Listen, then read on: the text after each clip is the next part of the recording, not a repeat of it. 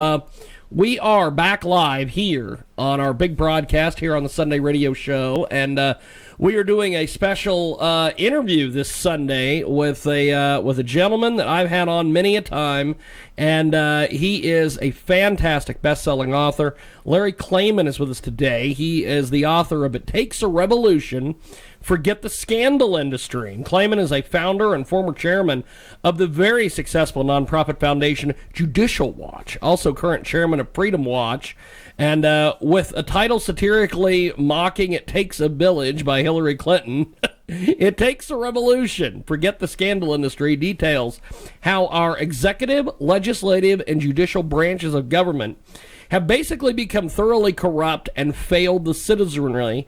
And Larry Klayman joins us today here on Skype. And Larry, what did you make, first of all, one of my questions I have is, what did you make of this Bill Barr being canned? Was this an actual Trump move, or is this just part of the whole New World Order, elites doing whatever the heck they want kind of thing? Well, what did you make of this, my man?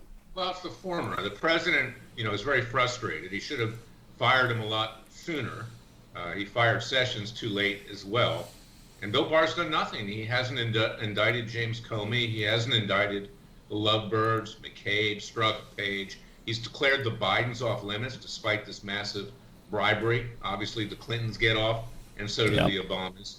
So I don't know why he was left there as long as he was. And I know from my own experience with Bill Barr, he was less than worthless. He was dishonest. And he was less than worthless. That's fantastic. Yeah, well, even worse than dishonest even. I'll tell you, I represented Cliven Bundy and other sons in the Bundy family. They were ultimately, in effect, acquitted when their indictment was dismissed by an Obama judge who was forced to.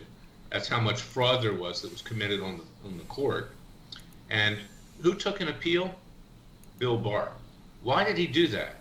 The guy wasn't in control of his own department, number one. Number two, he's a fat, overstuffed establishment hack in the Justice Department. And that's all he was. And, I don't mean that physically, but in terms of his mental lack of conviction. And, this is what we've got in our government today. So I talk about that in my book, It Takes a Revolution. It's not just the Justice Department, it's the entire executive branch, and the president isn't in control. And this is the misnomer, is that there's no independence between the Justice Department and the president. The president is the CEO of the executive branch. Yes. At all times, he could have ordered Barr to do his job, but he didn't because he took the bad advice of establishment Republican hacks in and around him. He's still taking that bad advice, as a matter of fact. He won't listen to people in the end. And I have to wonder whether he's afraid that when Biden comes into office, if that happens, and it most likely will, given the dynamics of what's going on, that Justice Department will be trained against him and his family. And for that matter, we're going to be undergoing a purge in the conservative, libertarian, and people of faith community. Biden and the ultra-leftists that are coming in with him will seek to destroy us using every means they can, whether it's the Justice Department, the FBI, the IRS, you name it. We got to be ready. And that's why I wrote this book, It Takes a Revolution, because we now see that we do not have Supreme Court justices and federal judges. I wrote about that in my book, but now it's crystal clear to everybody, is that these judges are compromised and corrupt. Thomas Jefferson predicted it because they're unelected. He said they would become despots and tyrants, and he said that would give rise to a revolution every 20 years or so, during which time the blood of patriots would need to be shed again. And he then said, what's a few thousand dead to refresh the tree of liberty? He did not want violence, and neither do I. But unless the American people step up to the plate right now, we're going to have a violent revolution. So, two questions. One, back up, and you were talking about how in the Bundy case that the Obama judge was forced to give Bundy a pass. How was he forced? First of all, it was a she. Her name is Gloria Navarro. She was the chief judge of the U.S. District Court for the District of Nevada. She was recommended to Obama by Harry Reid, that corrupt mafia-connected senator in downtown Las Vegas with his son Rory, who tried to sell, it was reported, the land out from under the Bundys, the Bundy Ranch. They ranch on 400,000 magnificent acres in and around Lake Mead. They don't own the land, they own their ranch, but the land is acquired through grazing rights and water rights over years. They've been ranching it for 150 years. Was grandfathered in. Right. So an attempt was made by the Obama-run Bureau of Land Management, taking the bidding of George Soros's environmental groups, Center for Biodiversity, and other radical groups, to remove the Bundys from the land. They stood their ground. People from around the country, particularly the West, came peacefully. They had exercised their Second Amendment rights, but they didn't threaten anyone. But the Bundys succeeded with help, of their peaceful protesters, and eventually having the feds leave. Okay, the Fed-dominated Obama, BLM, FBI, Justice Department. It was an entrapment to get the Bundys off the land. And I believe BLM? Bureau of Land Management, not Okay. Black Lives Matter, although they're both equally as evil, frankly. At least they were under the Obama administration. So that's what happened. And then months later, during the White House Correspondents' Dinner, because all the conservatives rallied to Bundy's side at the time, President Obama, looking down at Rand Paul, Senator Rand Paul, said, "I see you don't have that Nevada rancher with you." He made reference to the fact that Klayman had equated his family's plight, the way they were persecuted, to the Negro in the Old South. He used the politically incorrect word Negro, even though Martin Luther King used that name. And Obama then threatened the Bundys, in effect. He said, "This will serve as a lesson," I'm paraphrasing, "for anyone who starts off his sentence with the word Negro." And to make a long story short, a couple years later, the Bundys were indicted along with their sons. They came to the aid of a rancher in Oregon. The ranchers have been pushed off their land. This American way of life is dying because the federal government claims to own the great majority of land, 87% in Nevada, even 38% in California, about 80-some% in Utah. Our way of life is slipping away. This land is our land. Anyway, to get back to the point, the Bundys were set up, and they went through a trial. And this very evil judge, Gloria Navarro, doing the bidding of her benefactors, Reid and President Obama, violated every constitutional right, denied Klayman the right of counsel, which was me. I participated in other ways at the time. I represented him in the appeal, which we won, and other cases, but not in that. She wouldn't let me in. Denied him a speedy trial rights. Denied him rights of making a defense, of self-defense. But then, lo and behold, when the trial finally began, it was learned that the prosecutors in Nevada, Democrats embedded in the U.S. Attorney's Office, withheld exculpatory evidence, that there were snipers at the ranch. I can go on and on and on. A whistleblower came forward from BLM who attested to the fact that there were kill lists on the heads of the Bundys and that the U.S. Attorney's Office was hiding evidence. Navarro had to dismiss the case to save her own reputation. And then after that, it was the Trump Justice Department, believe it or not, which took an appeal and continued this injustice, and they wanted to get the dismissal of the indictment reversed so Bundys could be retried and they would have in effect done life imprisonment. But we won, we fought the law, and we won, and we even won in front of the very leftist Ninth Circuit Court of Appeals. So this tells you something about Attorney General Barr. He's dishonest to the core. He's a hack. Frankly, he should be tried for treason, frankly. And I think that it's good that he's gone, but it's way too little, too late. And this is a lesson. This is what I talk about in my book, is that we don't have any branch of government that will protect the American people. So I am suggesting that we start peacefully and legally with citizens' grand juries, which are legal. Justice Scalia said the citizens' grand jury belongs to the American people, not to the three branches of government. We do what we did with Robert Mueller last year. Jerry Corsi's testimony had him indicted. We intend to try him for his attempts to get Jerry to lie under oath to implicate the president in Russian collusion. And then we move on to the Bidens. Right after the new year, in January, we're going to seek the indictment of Joe Biden, Hunter Biden, the Biden's brother, whose name I forget, and anybody involved in this huge bribery scandal, which is treason, which compromises this country. And we have a serious problem right now. We've got a Manchurian candidate inside of the White House, and then you've got this evil witch, Kamala Harris, who can't tell the truth if her life depended on it, ready to take the helm. And I predict that Joe Biden will probably be dead in 6 months of natural causes, or they'll give him something he doesn't wake up. And then all these radical leftists, even more than we have now, that Biden's putting in, will inhabit this country, and it will be turned into a socialist and communist godless state. I hate to be that extreme, but I honestly believe in my heart that we are on the edge of having that happen. And that's why I wrote this book. I didn't write it for money. I'm not going to make any money off of it. I want everybody to read it because I want them to take it to heart, digest it, just as our colonialists did and the founding fathers did in the days leading up to 1776. And last but not least, if you can compare where we are today with 1776, it's much worse. At least King George III was not a socialist. At least King George III was not a communist. At least King George III was not an atheist. I can go on and on and on. We are in worse shape today than we've ever been. This country is on the verge of going down for the count. So have we passed our chance for using the Article 5 convention?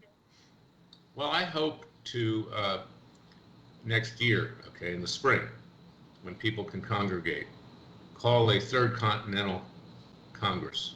And I want to do it in Philadelphia. I want to do it at the Visitor Center across from Independence Hall. That's my birthplace. That's the birthplace of liberty. The preamble of the Declaration of Independence, the most beautiful document ever written, God-inspired, starts off by saying, I'm paraphrasing again, when in the course of human events, the sovereign seeks to represent the interests of the people,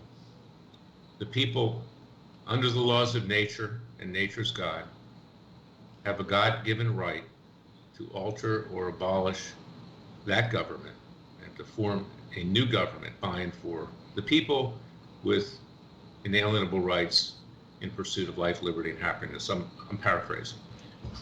Thomas Jefferson was much more eloquent than Larry Klayman.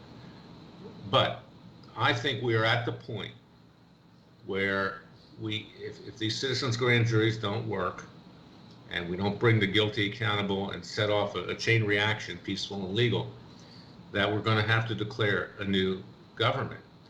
And look at what Charles de Gaulle did in World War II when the Nazis occupied France and Vichy France. He ran the real French government from London. It was an alternative government. And I think that's where we're headed. And who's to say we wouldn't succeed? You know, we could nominate a president like George Washington was nominated. We could have cabinet officials. We could, have honest elections that aren't fraudulent and have a Congress. And we can certainly have a court system. We can put the Supreme Court back in Independence Hall, which is not so corrupt and based upon buying judgeships, because that's what we've got now. And I talk about it in my book. How do you get to be a federal judge or Supreme Court justice? You buy it. It's campaign contributions. They're bought and paid for by special interests, by the establishment. And now we see it. The president's own justices that he's been bragging about and crowing about now, for years, including Amy Coney Barrett, stabbed him in the back because they're part of that establishment. And once they see the president going down, they're jumping ship. The rats are jumping ship. And that's where it is today. Turn on Fox News this morning. It's disgusting. You watch Howard Kurtz, who's really a leftist. I mean, they put him on there, Oh, yeah. And whatever. And you watch the others there as well, throwing the president under the bus now, saying that, he should just walk away from what's massive fraud, poo-pooing the fact that he has the right to freeze things and call for a new election, and he should use the Insurrection Act and do that. General Michael Flynn is not wrong. I've been saying that too, and mocking him for that. And here you got somebody coming into office, Joe Biden, who was bought and paid for by the communist Chinese, who have destroyed our country and most of the world. And ask yourself this question: who in our government, including the president, has even raised the issue of the Chinese paying for the significant damage that they have caused health-wise, economically, and emotionally to the American people? Why is that issue not even raised? It took me and Freedom Watch to file a class action lawsuit in Dallas, Texas, and Jerusalem, Israel. And the corrupt judge out there in Dallas is giving me a hard time serving the Chinese. They refuse to accept service. I asked them to do alternative service. No, you got to do it another way, which is going to take a long time. And yet the courts in Israel are moving forward. This is a disgrace. That brings me to my next question. What about these rumors about the Chinese soldiers getting education and training from Canadians? Getting education training for what? From the Canadians.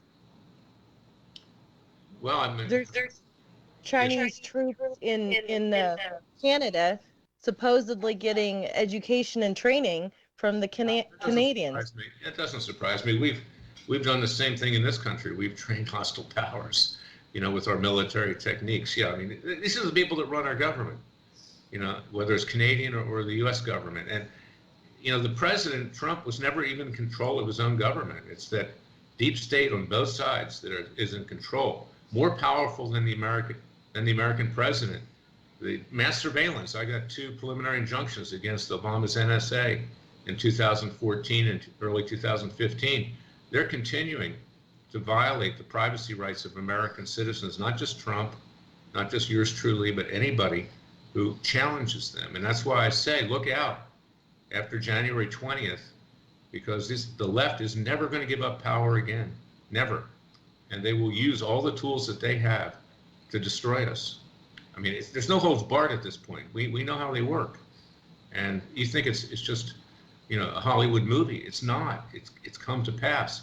And because of the complacency of, the citizenry, and because of the lack of education, and that's why I wrote the book.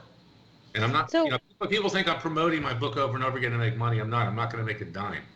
No, I want them to read It Takes a Revolution, because I want them to understand what I've experienced now in 43 years, fighting what has become a cancerous government that doesn't represent us. So what about the natural habit of patriots over the last thousands of years? They just are lukewarm and waiting for the bully to strike first. Well, you're right, and that's the subtitle of my book, which is as important as the first. It takes a revolution, forget the scandal industry. People are content to turn on Sean Hannity each night and be entertained. That's just one example. Or Newsmax, which is run by somebody who's two-faced already. I actually saw it on TV this morning. Newsmax now has recognized Biden as president because you know why? It's run by Chris Ruddy, who gave $1 million to the Clinton Foundation when he thought Hillary Clinton was going to win. This is not the heir apparent to Fox. And now that Biden's president, you can expect he'll probably do the same thing. He'll cozy up to Biden. That's what he does. I had a column there. 80% of my columns were censored. I just gave up. I write for WorldNetDaily.com because they don't censor my columns, and I get it out myself. But it's this complacency to view these scandals as just entertainment. But these are real, serious, cancerous sores in our society, and no one will address them. In my lifetime, nobody at the higher level has been held accountable for anything. Richard Nixon left of his own volition. He turns out is one of our best presidents by default. Okay, but obviously Watergate was not, a nice thing, to put it mildly. But by default, he turns out one of our better presidents because, the presidents in my lifetime, with the exception of Ronald Reagan and Donald Trump, to an extent, and I think he did a lot of good things, but he had some weaknesses too, and that's what, in addition to the fraud, cost him the election. He didn't need to be so, abrasive and insult everybody. That was not necessary. And the other thing is, a lot of times he was talking, no action. But he's 1,000% better 1,000% better, 1,000,000% better than what's coming into office now. But the American people need to do it for themselves, stop being entertained, get up off the couch, and we need to wage a revolution. We have to try it peacefully and legally before other people, not me and not you, resort to violence. Believe me, once Biden and company start to try to take our guns away from us with high taxes or whatever clever means, unquote, quote unquote, they use, all hell's going to break loose. And the people who are considered to be on the right will be the first in the streets. So, didn't Trump here the other day call for a wild rally in January in Washington? Well, yeah, he's calling for a rally. That's what he's probably going to do, and I think he should do that. I wouldn't recognize legitimacy of Joe Biden. He's not our president. No, he's a Manchurian, a communist Chinese plant. That's what he is. So, what do you think that the Patriots should do for a revolution? Well, I'm saying let's start with holding the guilty accountable, as I say in my book. We can do these citizens' grand juries. We can indict. We can have citizens' trials. We used to do this in the Old West before we had a Justice Department. We can follow established fair procedures. We can sentence, and we even have the ability to conduct citizens' arrests. That's in our legal system. Even California, the most left-leaning of all states, not leaning, but actually leftist, has a statute that says if you know of someone committing a felony, you have the authority to arrest them and turn them over to the authorities. Now the catch is, what authorities? Will they mete out these sentences? And I would say turn them over to the military, and they could be tried in military tribunals. Give them due process rights. Give them a right to counsel. Give them a right to discovery. Give them a right to everything. But certainly they can't be tried, or the sentences can't be enforced through our current legal system. That's for sure. Now, if that does not work, then the prophecy of Jefferson comes true. And if that does not work, then we are in a violent revolution, which is not something I'm advocating. But I'm telling you, I think that's where we're headed. I think that others will certainly do it.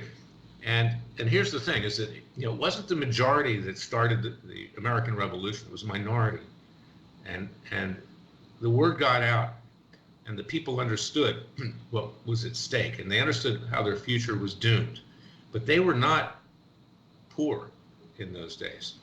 The colonies were rich. That's why the king was trying to rape the colonies of everything that we owned. That's why when we rebelled, the revolution started before July 4th, 1776. There were military battles before then. The king tried to take our guns away from us. And but they were farsighted. They understood where it was going. They weren't in as bad a condition as we are today. They actually had a colonial government that was representing them. But today we have no government that's representing us. They're representing currently these radical leftists, radicals of all races, colors, and creeds, radicals, atheists, radical Muslims, radicals of the Marxian Jewish left. And you know that I am a Jewish Christian, and I am very proud of my heritage, and I'm a Zionist. But I got to be honest, there's a minority of Jewish people which are very destructive of the other Jewish people and of the country. It's true. And you can see it in Hollywood, you can see it, look at the commentators, on MSNBC and CNN. So I call them out too, radical blacks, radical atheists, radical LGBTQs, radicals from every walk of life have now banded together. They want to destroy this country. They want to divide it up when it's done. We'll be left with nothing.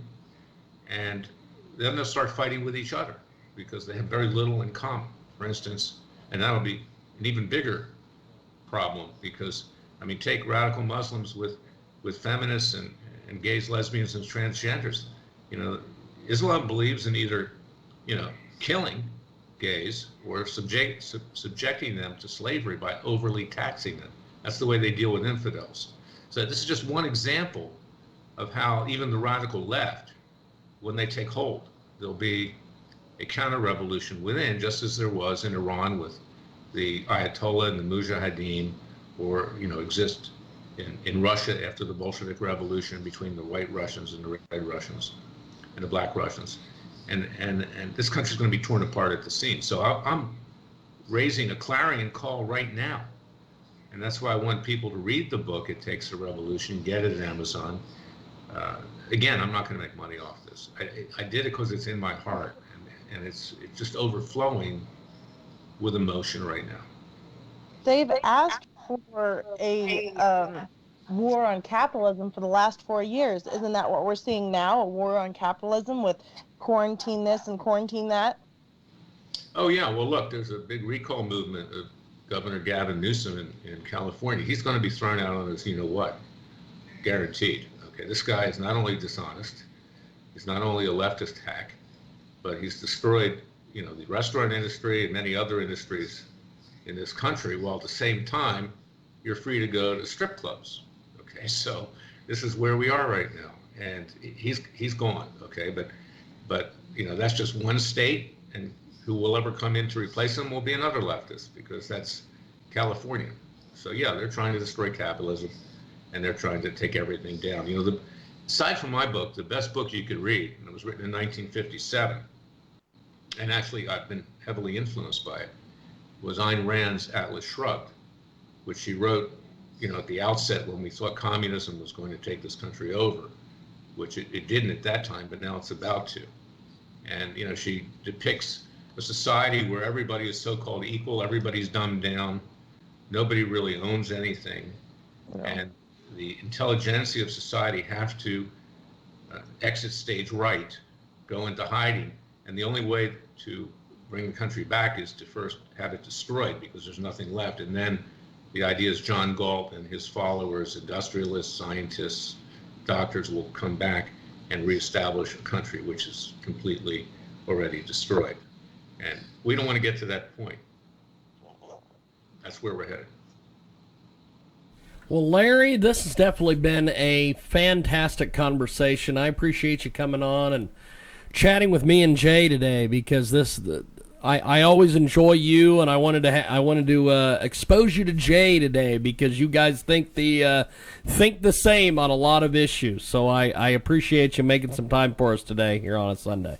Thank you, fellow patriots. Thank you. If you can send me the link, I'll get it out too, because I appreciate the opportunity. Education now is more important than court cases or anything. Yep. People need to understand what we face. Definitely. Well, I will get you that information here in just a few, and I appreciate you joining us today, Larry. God bless you, my friend, and I will talk to you after the new year. Thank you, my man.